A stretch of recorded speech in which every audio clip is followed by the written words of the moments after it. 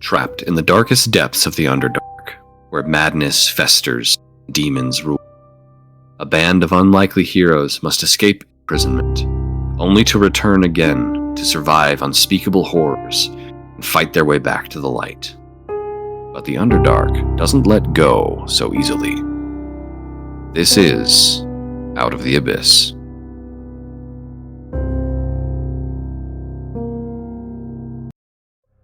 Our journey begins with an unlikely group chained deep underground in Velconv, a drow prison.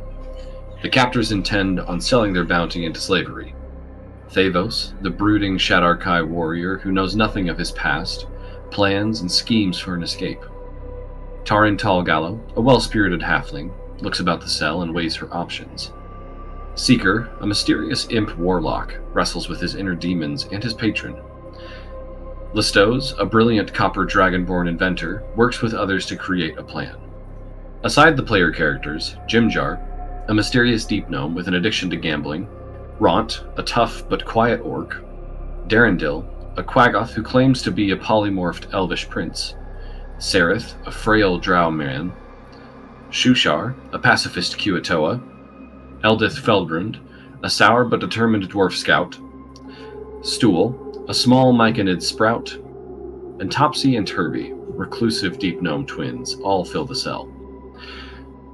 After enduring days of grueling labor and cruel treatment from Mistress Elvara, the drow priestess that commands the outpost, one of the jailers approaches the captives. Jorlin, the disfigured, scorned former consort of the mistress, offers an escape.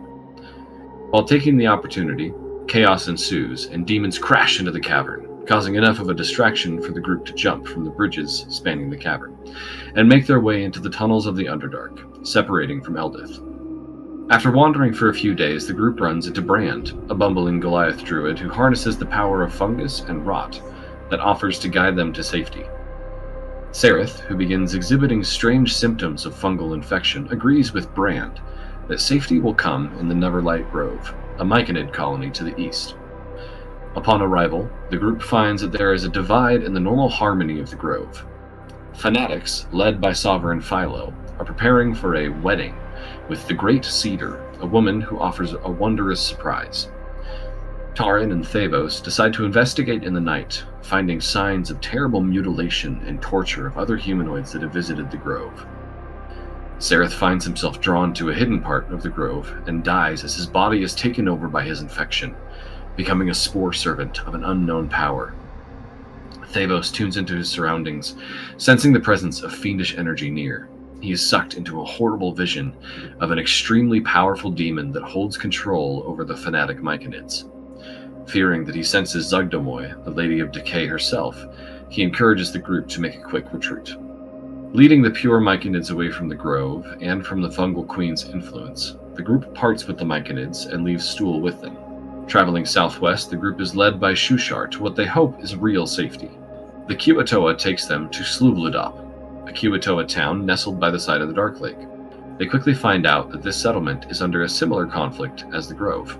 A group of Kuatoa have separated themselves from the cultural's normal worship, revering a god they call Limu Gugu, the Deep Father. After trying to prevent a sacrificial ritual, the group witnesses the Prince of Demons, the Father of Madness, Demogorgon himself, emerging from the Dark Lake and laying waste to the village.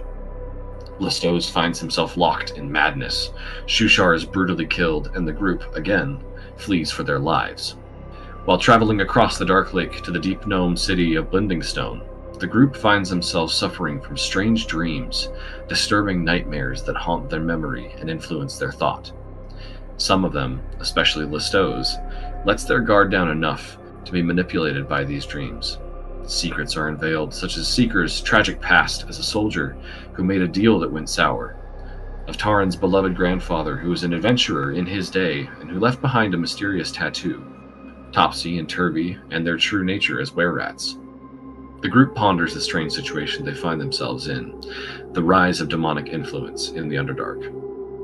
Upon arriving in Blingdenstone, the group finds that the gnomes here are in a bit of a territory scuffle with a local clan of were-rats. They also learn of a recent increase in ooze population, which are causing terror and harm to the other citizens of the city. The group does some investigation and finds that in the northwestern corner of Blingdenstone, a hermit known only as the Pudding King has amassed an army of oozes. They sneak into the Pudding King's court and remove him from power, collecting some valuable treasure in the process. After mending connections between Clan Goldwhisker and the leadership of Blingdenstone, as well as parting ways with Topsy and Turvy, the party travels further north, following a drow guide to the surface. It's here where the group is ambushed by the very same drow that acted as their jailers in Velconv. An intense encounter ensues, which ends in the party dispatching the drow, leaving only one survivor. The group broke to the surface and felt the sun on their faces for the first time in months. As they breathed in the fresh air, the Stowe showed his true colors. He had fallen to the madness of Demogorgon, made a pact with the demon, and attacked his fellow party members. The decision was made that this could not continue, so he and Seeker dueled, with only Seeker walking away. The group made their way to Silvery Moon, in hopes of helping Taryn find answers to the mystery of her tattoo. There they met a devout dwarf cleric, Drogan Ironbeard, who joined the group with the promise that he could lead them to Gauntlgrim. Taryn was pointed to the elves of the High Forest, but before that, a pit stop was needed in Waterdeep. Another adventurer joined them, the kind-spirited Tabaxi paladin, Valentia. They were intercepted by Vale and Trishek, mysterious Shadar Kai who had close ties to Thavos' unknown past. Trishek, his brother, hoped only to regain his favor with the Raven Queen. The group made a trip to the Shadowfell to investigate Thavos' history. In his past lives, he was a powerful general of the Matron of Ravens. He developed a strong bond with Vale, and when he learned that she was going to die in battle, he went against the natural order of fate and death and saved her. As penance for his violation of the Raven Queen's power, he was banished, his honor and memory stripped. The group learned that the only way for him to restore his honor was to restore fate and kill Vale. He became an Oathbreaker, and they left the Shadowfell, determined to show the Raven Queen how strongly he opposed her now. Once the group returned from the Shadowfell, they started heading towards the High Forest. Rescuing a colony of Aarakocra, defeating a green dragon, and losing Jimjar, they finally made it to the Council of Cyrocarn, a group of wood elves that had a personal connection to Taryn's grandfather. The elves restored Jimjar's life and led the group to the grandfather tree, allowing Taryn to unlock various spell-like abilities from her tattoo. The group then received a summons from King Brunor Battlehammer, asking them to meet in Gauntlgrim to be tasked with delving back into the Underdark to combat the growing demon threat. Upon meeting the king, the group attended a vast banquet full of various representatives of prestigious guilds from all over the Sword Coast. King Battlehammer heard the group's version of what had happened when they were underground the first time and presented his plan. He intended on sending the group back to the Underdark with a full force of volunteers from the Lord's Alliance, the Order of the Gauntlet, the Zhentarim, and the Emerald Enclave to exterminate the demonic incursion and stop it before it reaches the surface. The group accepted and picked up a criminal on probation, Driddle Gashhaber, a deep gnome sorcerer who was under the unwilling control of the Lord's Alliance. They began their journey, led by the Zhentarim, down to the trading post of Manteldareth.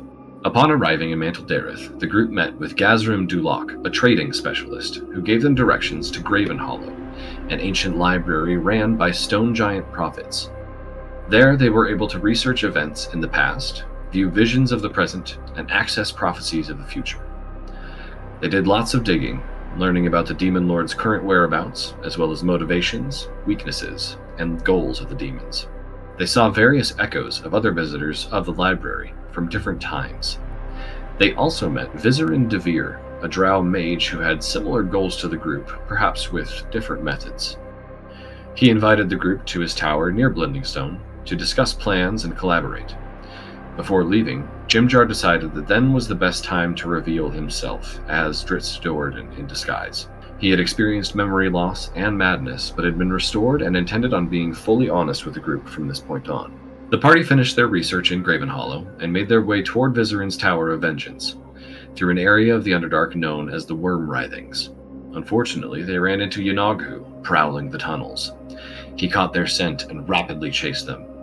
The group eventually lost him, but knew that he'd be close behind. With a 2-day lead, they broke into a rush to the tower. Upon finding Vizerin, he presented to them an artifact called the Dark Heart that he could create with some help. He suggested the group travel around the Underdark, collecting components, which Vizerin could use to summon all the demon lords to one point and let them settle their differences. They were on a bit of a tighter schedule, however, with Yunaghu right on their heels, and decided to hunt down the demon lords one by one. Right on schedule, as Vizerin was finishing the Dark Heart, Yunaghu arrived, and the group was able to defeat him, sending their first demon lord back to the Abyss. Thavos then decided that Vizerin had served his purpose, and killed him in the cover of night. The group began their hunt for components that can be used to weaken and track down the demons. Traveling back to the Worm Writhings, the group found a colony of slaves ruled over by a beholder, who they slayed and took its central eye, fulfilling their first component. They also found a purple worm nest, collecting a clutch of eggs, and traveled back to Blingdenstone to rest. There, Grotst reached out to Thavos with a potential proposition. The group decided to set a trap for the Lord of Darkness. In the morning, they met with him, and he proposed a pact of sorts. Using the Beholder Eye to weaken him, they found that he was one step ahead, and had sent a simulacrum instead of arriving himself. Defeating the simulacrum, they collected his sword and recovered from the fight. This is where we begin, with the group searching for components to use against the demons.